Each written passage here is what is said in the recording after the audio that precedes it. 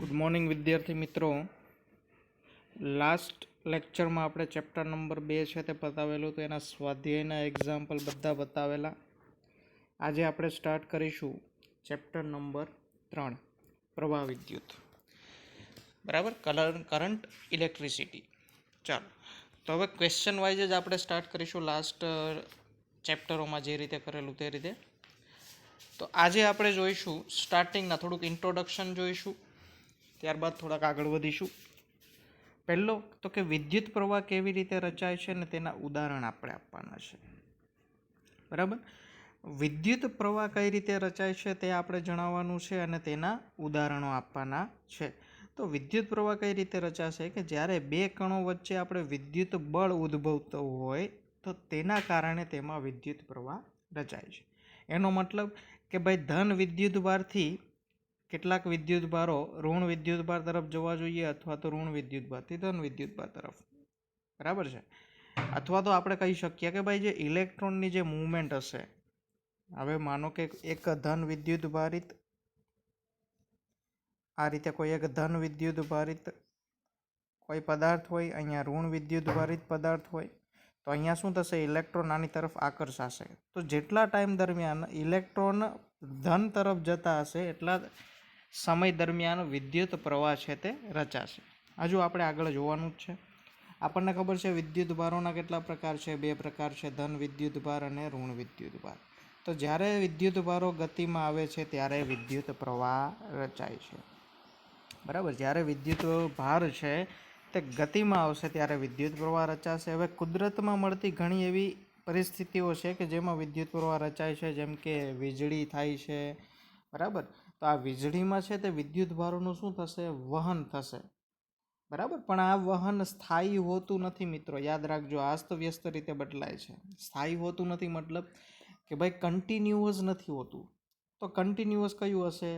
માનો કે સ્થાયી વહન આપણે કયું કહી શકીએ, તો કે ભાઈ આપણે ઘડિયાળ જોયેલી છે. ઘડિયાળમાં આપણે જોઈએ છીએ કે ભાઈ કાંટો કન્ટિન્યુઅસ શું થાય છે, ટક ટક ટક ટક આગળ વધતો જાય છે, આગળ વધતો જાય છે. બરાબર, તો એ કન્ટિન્યુઅસ કહેવાય. પછી ટોર્ચ છે, જો અહીંયા આપણે એક્ઝામ્પલ આપેલા જ છે, ટોર્ચ અને સેલથી ચાલતી ઘડિયાળ છે, ટીવી છે, આ બધું કન્ટિન્યુઅસ, એમાં કન્ટિન્યુઅસ વિદ્યુત પ્રવાહ વહેતો હોય. પણ વીજળીમાં એવું થતું નથી. આપણે જોઈએ છીએ ને ભાઈ, વીજળી ક્યારેક ક્યારેક જ થાય છે, કન્ટિન્યુઅસ વીજળી થયા કરે છે. અને આ વીજળી છે તે મિત્રો આપણને બધાને ખ્યાલ છે કે કેવી છે ભાઈ, વિનાશકારી છે. બરાબર, બહુ વિનાશ ઉત્પન્ન કરે છે. ચાલો, તો આ વાત કરીએ આપણે વિદ્યુત પ્રવાહની, કે વિદ્યુત પ્રવાહ કેવી રીતે રચાય છે. વિદ્યુત પ્રવાહ કઈ રીતે રચાશે, વિદ્યુત ભારો ગતિમાં આવે ત્યારે વિદ્યુત પ્રવાહ રચાય. બરાબર, ચાલો નેક્સ્ટ. સેકન્ડ છે કે ભાઈ વિદ્યુત પ્રવાહની વ્યાખ્યા અને તેની સમજૂતી આપીને સમજાવવાનું છે. વિદ્યુત પ્રવાહની આપણે વ્યાખ્યા આપવાની છે અને તેની સમજૂતી એટલે કે ઇક્વેશનનું આપણે અર્થઘટન કરવાનું છે, એનું સમજૂતી આપવાની છે. બરાબર, પહેલાં સિમ્પલી જોઈ લઈએ કે ભાઈ વાહકમાં વિદ્યુત ભારોની ગતિના લીધે, વાહક પદાર્થો હોય તેમાં વિદ્યુત ભારોની ગતિના કારણે વિદ્યુત પ્રવાહ રચાય છે. હવે માનો કે વાહકનો કોઈ એક આડછેદ છે, એમાં ટી સમયમાં ક્યુ જેટલો ધન વિદ્યુત ભાર આડછેદમાંથી થઈને આગળની દિશામાં વહે છે. એનો મતલબ કે માઇનસ ક્યુ જેટલો વિદ્યુત ભાર આગળથી થઈને પાછળની દિશામાં વહે છે. ચાલો, કઈ રીતે સમજી શકીએ? માનો કે આ રીતે આપણી પાસે કોઈ એક સિલિન્ડર છે. આ સિલિન્ડરમાં માનો કે આ ધન વિદ્યુત ભાર છે, બધા આ ઋણ વિદ્યુત ભાર છે. અહીંયાથી ધન વિદ્યુત ભાર જો આગળની દિશામાં જશે, તે જ રીતે અહીંયાથી ઋણ વિદ્યુત ભાર પણ ક્યાં જશે ભાઈ, પાછળની દિશામાં જશે. મિત્રો યાદ રાખજો, બધા જ વિદ્યુત ભારો આગળ નથી ચાલ્યા જતા, કે બધા જ વિદ્યુત ભારો ઋણથી ધન તરફ નથી ચાલ્યા જતા. જેટલા આ પરિણામી વિદ્યુત ભાર હશે. બરાબર, હવે જો યાદ રાખજો, આ કે જે વિદ્યુત પ્રવાહ રચાય છે ને તે પરિણામી વિદ્યુત ભારોને કારણે રચાશે. પરિણામી વિદ્યુત ભારોને કારણે એટલે માનો કે અહીંયાથી ધન વિદ્યુત ભારમાંથી 3 જાય છે, અહીંયા ઋણ વિદ્યુત ભારમાંથી રિટર્ન પાછા 2 જાય છે, તો પરિણામી વિદ્યુત ભાર 1 થશે ને, 3 - 2 એટલે 1. તો તેને કારણે વિદ્યુત પ્રવાહ રચાય છે. હવે હકીકતમાં કોઈ પણ પદાર્થ હોય તો તેમાં વિદ્યુત પ્રવાહ અથવા તો કહે કે ભાઈ ઇલેક્ટ્રોન, મોસ્ટ ઓફ છે તમારો વિદ્યુત પ્રવાહ ઇલેક્ટ્રોનની ગતિને કારણે રચાશે. તો ઘણા બધા એવા પદાર્થો છે કે જેમાં ઇલેક્ટ્રોન છે તે સામાન્ય તાપમાને, સામાન્ય રૂમ ટેમ્પરેચરે પણ અવર જવર કરતો હોય છે. પણ એ જે ઇલેક્ટ્રોનની આમથી આમ ગતિ કરવાની, ગમે તે દિશામાં ગતિ કરવાની જે પરિણામી દિશા હશે, બરાબર, તે કેવી હશે? શૂન્ય હશે. તો એનું પરિણામી શૂન્ય હોય તો વિદ્યુત ભારનું વહન થઈ શકે નહીં. બરાબર, ચાલો આગળ વધીએ. ટી સમયમાં આપેલા ક્ષેત્રફળમાંથી આગળની દિશામાં વધતો વિદ્યુત ભાર કેટલો છે? ક્યુ બરાબર, જો ક્યુ પ્લસ માઇનસ ક્યુ માઇનસ એટલે કે પરિણામી છે. તો વિદ્યુત ભારના સ્થાયી વહન માટે ટી વિદ્યુત ભાર ટીને સમપ્રમાણમાં હોય છે, ક્યુ પ્રપોઝનલ ટુ ટી.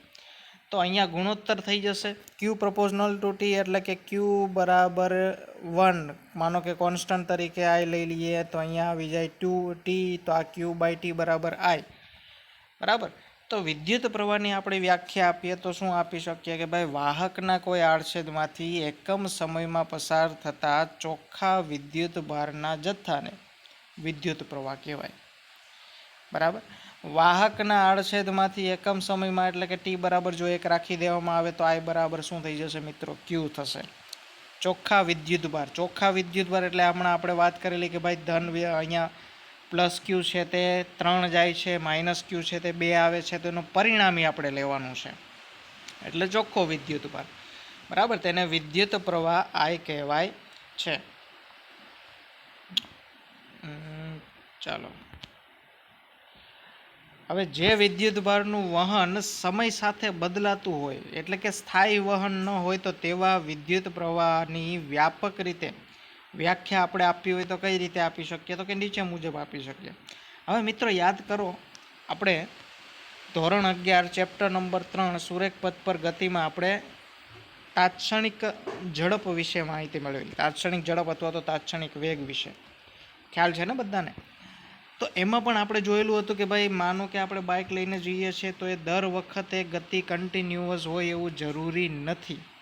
બરાબર, તે જ રીતે અહીંયા પણ પ્રવાહ વહેતો હોય તે કન્ટિન્યુઅસ વહેતો હોય એવું જરૂરી નથી. તો એ વ્યાખ્યાયિત કરવા માટે શું કરવું પડશે? તો કે માનો કે ટી સમયે અને ટી પ્લસ ડેલ્ટા ટી સમયે એટલા સમય અંતરાલમાં વાહકના કોઈ આડછેદ હોય એમાંથી ચોખ્ખો જથ્થો એટલે કે ડેલ્ટા ક્યુ જે પસાર થાય છે તે સરેરાશ વિદ્યુત પ્રવાહ તરીકે આપણને મળશે. બરાબર, સરેરાશ વિદ્યુત પ્રવાહ આઈ બરાબર delta Q by delta T. તો આ સરેરાશ જ આપણને અત્યારે મળશે. બરાબર. હવે જો માનો કે ડેલ્ટા ટીને આપણે શૂન્યના લક્ષીને લઈએ અથવા તો કહીએ કે તત્કાલીન પ્રવાહ તરીકે લઈએ તો આપણે જાણીએ છીએ શું કરવાનું છે ભાઈ? સમયગાળો છે એકદમ નાનો કરવાનો છે.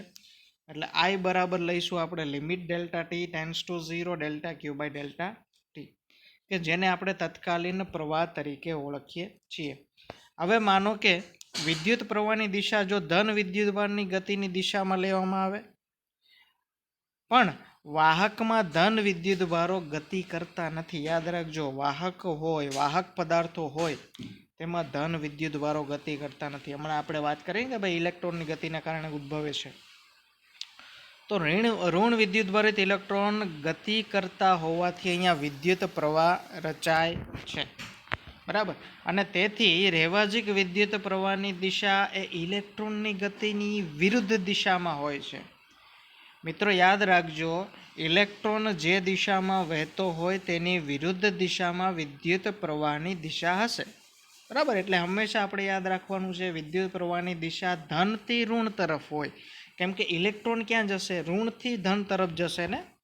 બરાબર, તો વિદ્યુત પ્રવાહની દિશા કઈ હશે? તો કે ધનથી ઋણ. પણ ઇલેક્ટ્રોનની દિશા પૂછવામાં આવે તો કે ઋણથી ધન છે. બરાબર, ચાલો તો આઈ બરાબર ક્યુ બાય ટી છે. તેના પરથી વિદ્યુત પ્રવાહનો એકમ આપણને મળે છે તે કયો છે ભાઈ? કુલમ પ્રતિ સેકન્ડ. કેમ કે ક્યુનો એકમ કુલમ છે, ટીનો એકમ સેકન્ડ છે. કુલમ પ્રતિ સેકન્ડ અને એનો એસઆઈ એકમ છે તે એમ્પિયર છે. બરાબર. હવે વિદ્યુત પ્રવાહના એકમની વ્યાખ્યા એટલે કે ભાઈ આ 1 એમ્પિયરની વ્યાખ્યા આપણે આપી હોય તો કઈ રીતે આપી શકીએ? તો કે આડછેદમાંથી 1 સેકન્ડમાં પસાર થતો વિદ્યુત પ્રવાહનો જથ્થો જો 1 કુલમ હોય તો તેમાંથી પસાર થતો વિદ્યુત પ્રવાહ કેટલો હશે? 1 એમ્પિયર. એટલે કે ભાઈ ક્યુ બરાબર પણ એક લઈ લેવામાં આવે, ટી બરાબર સમયગાળો પણ 1 સેકન્ડ લઈ લેવામાં આવે, તો એમાંથી પસાર થતો વિદ્યુત પ્રવાહનો જે જથ્થો છે તે કેટલો હશે? 1 એમ્પિયર હશે. બરાબર. તો અહીંયા 1 એમ્પિયર બરાબર 1 કુલમ પ્રતિ સેકન્ડ, બંને એકમો અહીંયા દર્શાવેલા છે.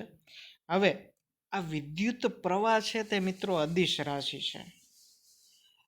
મિત્રો એક વસ્તુ ખાસ યાદ રાખજો, જો તમને એવું પૂછવામાં આવે કે વિદ્યુત પ્રવાહ છે તે કેવી રાશિ છે, તમારે જણાવવાનું છે વિદ્યુત પ્રવાહ છે તે અદિશ રાશિ છે.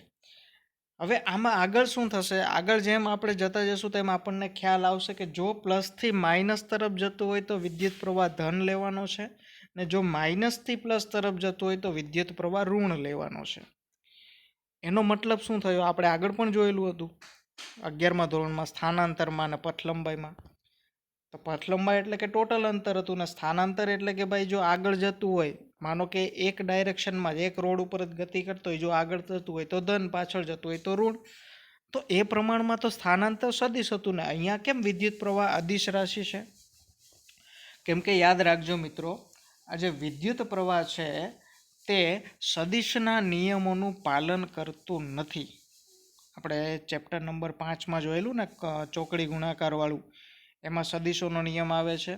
તો પહેલા નંબરમાં તો જે વિદ્યુત પ્રવાહ હશે ને, જો આપણે એક્ઝામ્પલ લઈએ, માનો કે આમાંથી 5 એમ્પિયર વિદ્યુત પ્રવાહ વહે છે, અહીંયાથી 2 ફાટા પાડવામાં આવે, બરાબર. તો 2 ફાટા પડે ને, તો એમાંથી માનો કે આમાં 2 એમ્પિયર વહેતો હોય ને, તો અહીંયાથી કેટલો વહેશે? જો 5 - 2 એટલે કે 3. તો અહીંયા આપણે જાણી શકીએ છીએ કે ભાઈ અહીંયા સદિશોના નિયમોનું પાલન નથી કર્યું છે, અહીંયા સામાન્ય બીજગણિતોના નિયમનું પાલન થાય છે, બરાબર. એટલા માટે કહી શકીએ અહીંયા સદિશોના નિયમોનું પાલન નથી થતું, તેથી તેને અદિશ રાશિ ગણવામાં આવે છે. આમ તો એક અલગ રાશિનું જ નામ છે કે જેને આપણે ટેન્સર તરીકે ઓળખીએ છીએ. હવે આ સદિશ, અદિશ અને ટેન્સર ભૌતિક રાશિ, 3 ભૌતિક રાશિ આવે છે આમ તો ઓરિજિનલી. તો આ વિદ્યુત પ્રવાહ છે, જો તમને ઓપ્શનમાં ટેન્સર ના આપેલું હોય તો તમારે અદિશ જ રાખવાનું છે, પણ જો ટેન્સર ભૌતિક રાશિ આપેલી હોય તો તેને તમારે ટેન્સર તરીકે લેવાનું છે. તો ખબર પડી ને, વિદ્યુત પ્રવાહ કેવી રાશિ છે? ટેન્સર ભૌતિક રાશિ છે, બરાબર ને. અદિશ, આમ તો તમારે અદિશ જ જોવાનું છે, કેમ કે ટેન્સર કદાચ આવે ના આવે, અને જો ઓપ્શનમાં ટેન્સર આપેલું હોય, સદિશ, અદિશ, ટેન્સર અને કોઈ એક પણ નહીં, એવું બધું કંઈ આપેલું હોય તો એમાંથી તમારે ટેન્સર સિલેક્ટ કરવાનું રહેશે. એટલે જ્યારે ટેન્સર ના આપેલું હોય ત્યારે અદિશ રાશિ, ને જ્યારે ટેન્સર આપેલું હોય ત્યારે ટેન્સર રાશિ.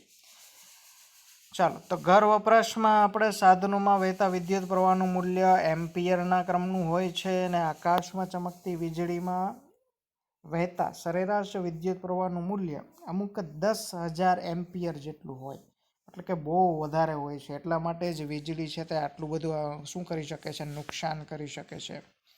અને જ્યારે આપણા શરીરમાં ચેતાઓમાં વહેતો પ્રવાહ માઇક્રો એમ્પિયરના ક્રમનો હોય છે, આપણા શરીરમાં માઇક્રો એમ્પિયરના ક્રમનો પ્રવાહ વહેતો હોય, એમાં જો વીજળી એડ કરી દેવામાં આવે તો આપણે શું થાય? ભૂક્કા થઈ જાય ને. ચાલો નેક્સ્ટ. ચાલો, સુવાહકોમાં વિદ્યુત પ્રવાહ કેવી રીતે રચાય છે તેના વિશે આપણે માહિતી મેળવીએ. ચાલો, તો જો સુવાહકના વિદ્યુત ક્ષેત્ર લાગુ પાડવામાં આવે તો વિદ્યુત ભારો પર બળ લાગે છે. મિત્રો યાદ રાખજો, શું થાય છે? વિદ્યુત ભારો ઉપર બળ લાગે છે. સુવાહક મટીરિયલ હોય એમાં વિદ્યુત ક્ષેત્ર લાગુ પાડવામાં આવે ત્યારે વિદ્યુત ભારો પર બળ લાગે. વિદ્યુત ક્ષેત્ર લાગુ પાડવાનું એટલે માનો કે કોઈ પદાર્થ છે કે જેને બેટરીના ધન અને ઋણ ટર્મિનલ એટલે કે છેડાઓ સાથે જોડી દેવામાં આવે, તો ધન છેડામાંથી વિદ્યુત ભારનું વહન થશે ઋણ છેડા તરફ, બરાબર. અને જો વિદ્યુત ભારો મુક્ત હોય તો તે ગતિ કરીને વિદ્યુત પ્રવાહ રચશે. હવે જો વિદ્યુત ભારો મુક્ત હશે ને તો જ તે ગતિ કરીને વિદ્યુત પ્રવાહ, આપણને ખબર છે વિદ્યુત ભારો મુક્ત હોય તો તે ગતિ કરે, અને એ ગતિ કરે તો વિદ્યુત પ્રવાહ રચાય. કુદરતમાં મુક્ત વિદ્યુત ભારો આઇનોસ્ફિયરના ઉપરના સ્તરમાં અસ્તિત્વ ધરાવે છે. મિત્રો કુદરતમાં ક્યાં અસ્તિત્વ ધરાવે છે મુક્ત વિદ્યુત ભારો? તો કે આઇનોસ્ફિયરના ઉપરના સ્તરમાં.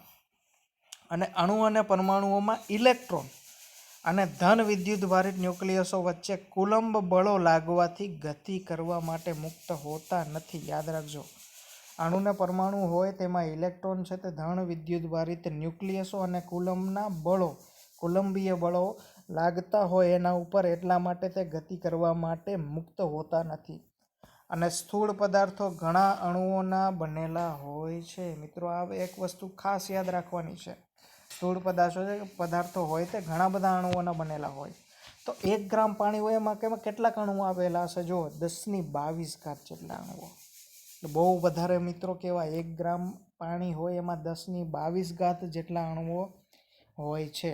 હવે આ અણુઓ એકબીજા સાથે ગાઢ રીતે જકડાયેલા હોય છે અને ઇલેક્ટ્રોન જે તે ન્યુક્લિયસ સાથે બંધાયેલા હોતા નથી. મિત્રો તમને ખ્યાલ હશે, કેમેસ્ટ્રીમાં તમે બધા જ સ્ટ્રક્ચર ભણેલા હશો કે જેમાં ભાઈ અંદરની કક્ષા, બહારની કક્ષા, જેમાંથી છેલ્લી કક્ષામાં જે ઇલેક્ટ્રોન હોય ને તે ગતિ કરવા માટે મુક્ત હોય ઘણીવાર, બરાબર. લાસ્ટ કક્ષામાં જેટલા પણ ઇલેક્ટ્રોન હશે, 1, 2, 3 જેટલા પણ ઇલેક્ટ્રોન હોય એમાંથી ઘણા ઇલેક્ટ્રોન ગતિ કરવા માટે મુક્ત હોય. તો અહીંયા આપણે જોઈ શકીએ 1 ગ્રામ પાણીમાં કેટલા છે ભાઈ? 1022 જેટલા અણુઓ છે. માનો કે પાણી હોય તેના બહારની કક્ષામાં 1 ઇલેક્ટ્રોન મુક્ત છે, તો પણ 1022 જેટલા ઇલેક્ટ્રોન છે તે ગતિ કરવા માટે મુક્ત થશે, બરાબર. એટલે ઘણી બધી સંખ્યા કહેવાય. તો કેટલાક પદાર્થોમાં ઇલેક્ટ્રોન બંધિત હોય છે અને તેથી વિદ્યુત ક્ષેત્ર જો લગાવવામાં આવે છતાં તેઓ પ્રવેગિત થતા નથી. બંધિત હોય એટલે કે ભાઈ જકડાયેલા જ હોય ન્યુક્લિયસ સાથે, કે ન્યુક્લિયસ એને મુક્ત થવા દે નહીં. તો તેમાં જો આપણે વિદ્યુત ક્ષેત્ર પણ એપ્લાય કરીએ તો પણ એ પદાર્થ પ્રવેગિત થતું નથી. આવા પદાર્થો અવાહક પદાર્થો કહેવાય, કે જે આપણે આગળ જોઈશું હજુ. ધાતુઓમાં ઇલેક્ટ્રોન્સ મુક્ત હોય છે, તેથી સમગ્ર પદાર્થમાં અસ્તવ્યસ્ત શું કરતા હોય મિત્રો? ગતિ કરતા હોય છે. અને બાહ્ય ક્ષેત્ર લગાડતા બળ લાગે છે, તેથી ઇલેક્ટ્રોન શું કરશે મિત્રો? ગતિ કરશે. અને ઇલેક્ટ્રોન ગતિ કરશે એટલે આપણે વિદ્યુત પ્રવાહ રચાય છે. કીધું ને કે ભાઈ બાહ્ય વિદ્યુત ક્ષેત્ર લગાડતા આપણે શું એની ઉપર લાગશે? બળ લાગશે. તેથી એ ઇલેક્ટ્રોન મુક્ત થઈ જાય ને તે ગતિ કરે છે અને તેમાં વિદ્યુત પ્રવાહ રચાય છે. ધન સુવાહક પદાર્થમાં મુક્ત ઇલેક્ટ્રોનની ગતિને કારણે શું થાય? વિદ્યુત પ્રવાહ રચાય છે. પ્રવાહીમાં ધન અને ઋણ આયનોની પરસ્પર વિરુદ્ધમાં ગતિને કારણે વિદ્યુત પ્રવાહ રચાય છે અને વાયુઓમાં આયનોની ગતિને કારણે વિદ્યુત પ્રવાહ. મિત્રો યાદ રાખજો, ધન, પ્રવાહી અને વાયુ ત્રણમાં કઈ રીતે વિદ્યુત પ્રવાહનું વહન થાય છે તેના વિશે આપણને માહિતી આપેલી છે.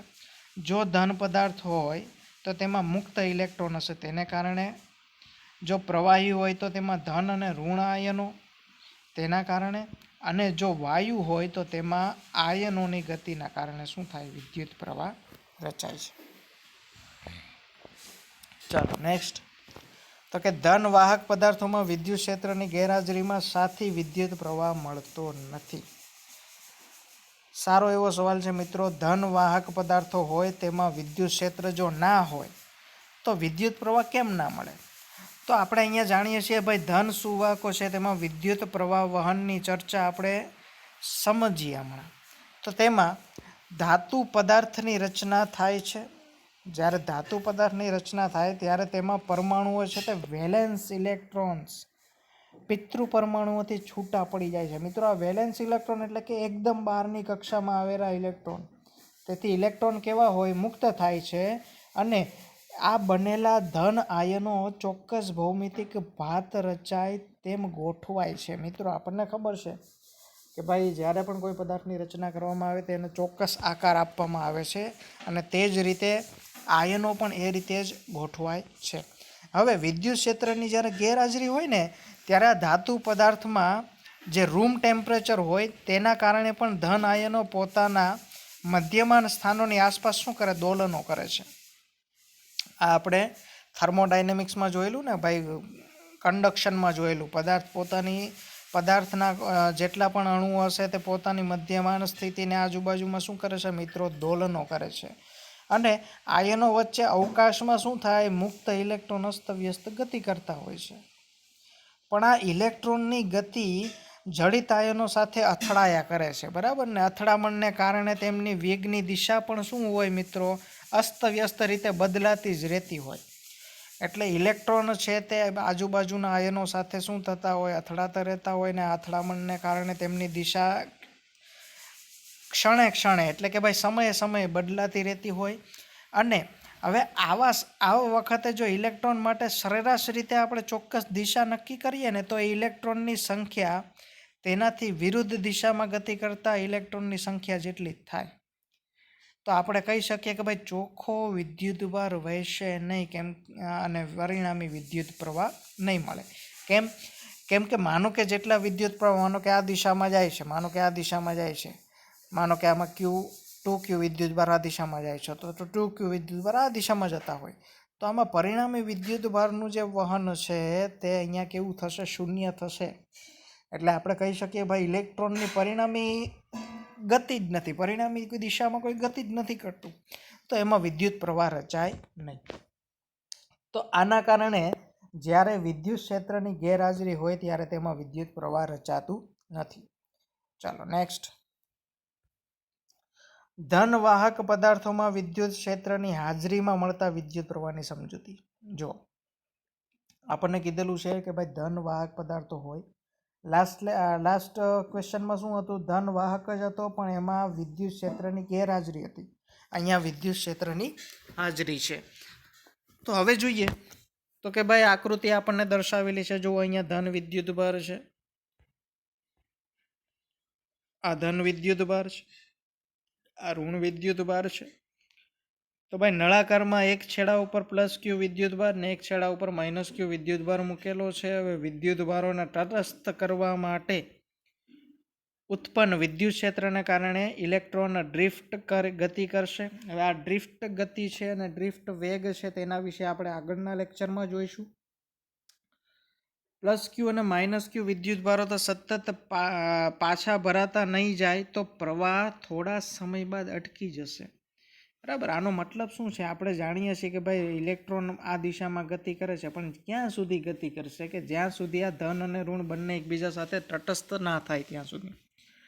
તો જો બહારથી અહીંયા ધન વિદ્યુતભાર એડ કરવામાં ના આવે, બહારથી અહીંયા ઋણ વિદ્યુતભાર એડ કરવામાં ના આવે તો વિદ્યુત પ્રવાહ છે તે થોડા ક્ષણો માટે જ ઉત્પન્ન થાય છે, કે જ્યાં સુધી બંને એકબીજા સાથે તટસ્થ ના થાય.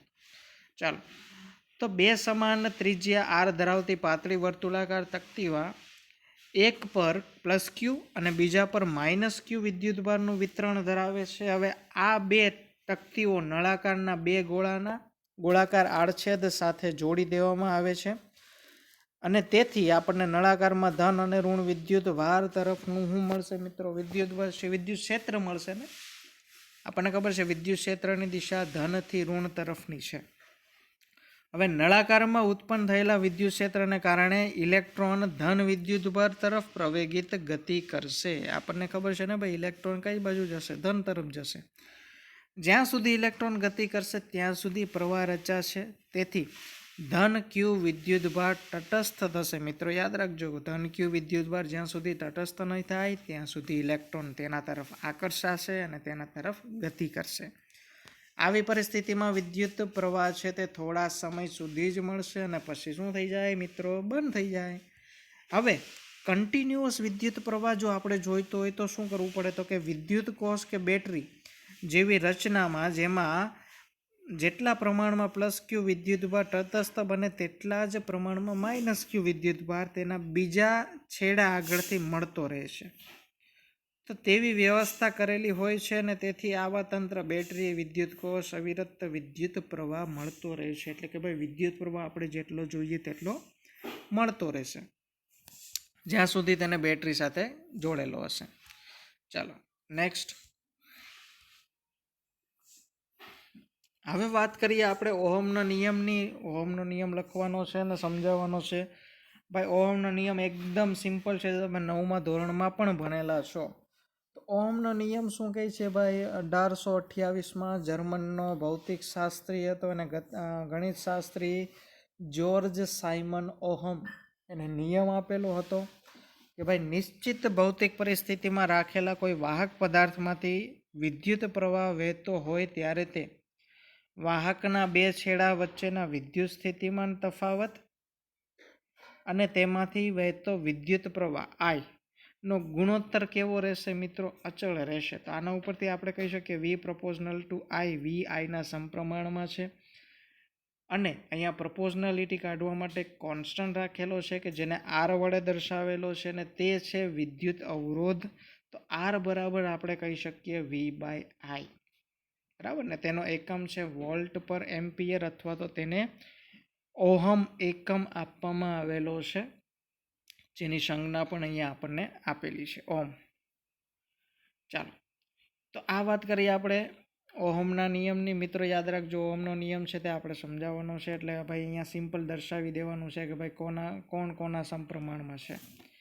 હવે વાત કરીએ કે ભાઈ વિદ્યુત અવરોધ એટલે શું અને તેના મૂલ્યનો આધાર કઈ કઈ બાબતો ઉપર રહેલો છે.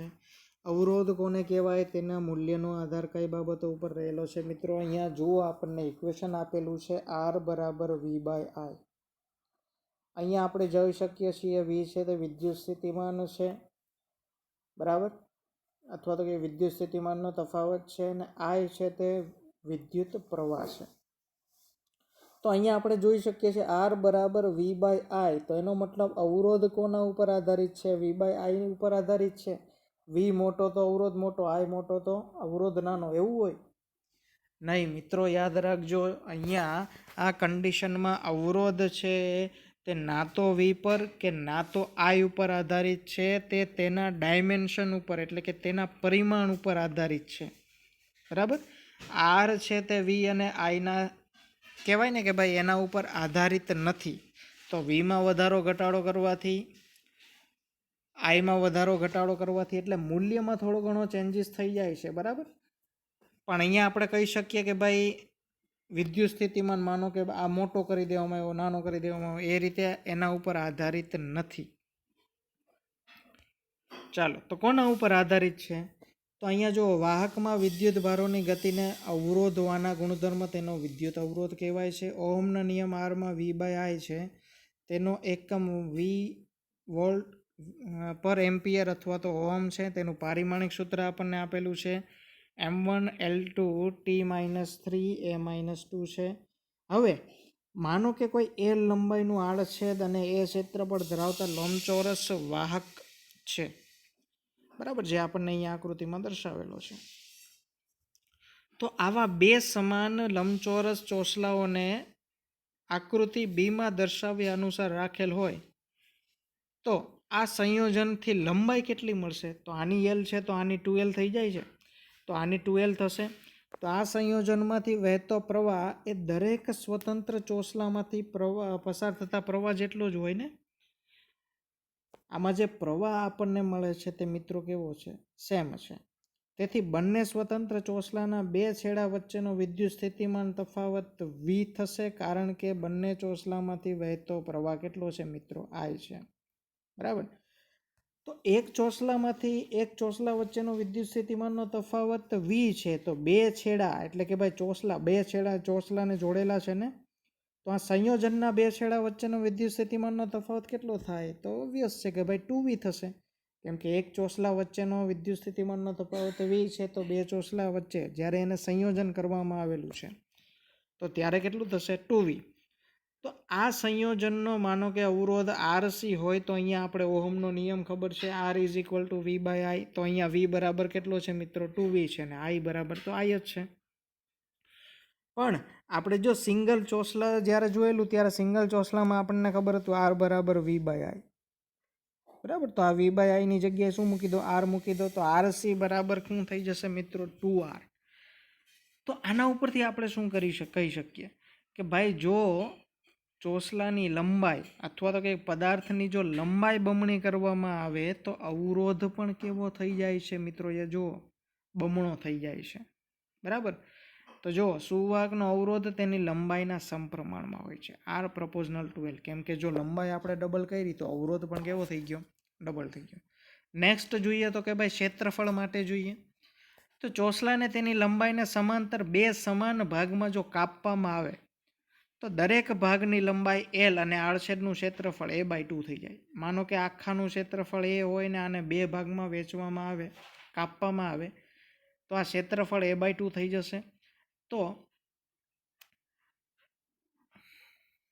આકૃતિ આપણને જે દર્શાવેલી છે એ પ્રમાણે જો એને ગોઠવવામાં આવે તો સંયોજનના બે છેડા વચ્ચેનો વિદ્યુત સ્થિતિમાનનો તફાવત કેટલો છે? V છે, બરાબર ને, તેમાંથી વહેતો પ્રવાહ I છે જ્યારે એકબીજા સાથે જોડેલું હતું ત્યારે. હવે માનો કે તેને અડધો કરવામાં આવે છે, એટલે કે બે ભાગમાં વહેંચવું. માનો કે શરૂઆતમાં આ રીતે ચોરસ પ્લેટ આમાંથી, હવે આને બે અલગ અલગ ભાગ કર્યા. એક જ મિનિટ, આ એક ભાગ અને આ એક ભાગ. તો આમાંથી વહેતો પ્રવાહ જો I હોય તો આ બે સમાન ભાગ વેચવામાં આવેલા છે, તો આમાંથી વહેતો પ્રવાહ અડધો થઈ જશે. અહીંયા થશે I/2, આ પણ થશે I/2. તો વહેતો પ્રવાહ કેટલો થશે મિત્રો? I/2 થશે. અને ચોસલાનો અવરોધ R1 હોય તો ઓહમના નિયમ પ્રમાણે R1 બરાબર V/I, પણ I બરાબર અહીંયા કેટલું છે મિત્રો? I/2 છે, તો 2 ઉપર ચાલ્યો જશે. હવે પાછું અહીંયા V/I બરાબર આપણી પાસે શું છે? R છે, તો પાછો 2R આવી ગયો. તો એનો મતલબ શું થયો મિત્રો? તો કે આપણે જો આડછેદનું ક્ષેત્રફળ અડધું કરવામાં આવે તો અવરોધ બમણો થાય છે. હવે લંબાઈમાં આપણે જોયેલું કે R proportional to M, અહીંયા ક્ષેત્રફળ અડધું કરવામાં આવે તો અવરોધ બમણો થાય છે. એનો મતલબ ક્ષેત્રફળ ક્યાં આવશે મિત્રો? છેદમાં આવશે. એટલે અહીંયા R proportional to L 1/A થશે. એ આડછેદનું ક્ષેત્રફળ છે. હવે આ સમીકરણ અને ઉપરના સમીકરણ બંનેનો સમન્વય કરીએ આપણે તો આપણને ખબર પડે છે R proportional to L/A થશે. L છે લંબાઈ છે, A છે તમારું ક્ષેત્રફળ છે. અને R બરાબર થશે, જ્યારે પ્રપોઝનાલિટી નિશાની કાઢીએ તો આપણને જોવા મળશે R બરાબર ρL/A. અહીંયા ρ છે તે સમપ્રમાણતાનો મિત્રો અચળાંક છે, તેને અવરોધકતા કહેવાય છે. બરાબર. તો આ વાત કરીએ આપણે કે એના વિશે મિત્રો, ઓહમનો નિયમ આપણે જોયો છે અને અવરોધ કેના ઉપર આધારિત છે, વિદ્યુત અવરોધ કોને કહેવાય, કઈ બાબતો ઉપર આધારિત છે તેના વિશે આપણે માહિતી મેળવી. હવે બાકીનું આપણે નેક્સ્ટ લેક્ચરમાં જોઈશું. નેક્સ્ટ લેક્ચરમાં આપણે ફરી મુલાકાત થશે. Thank you.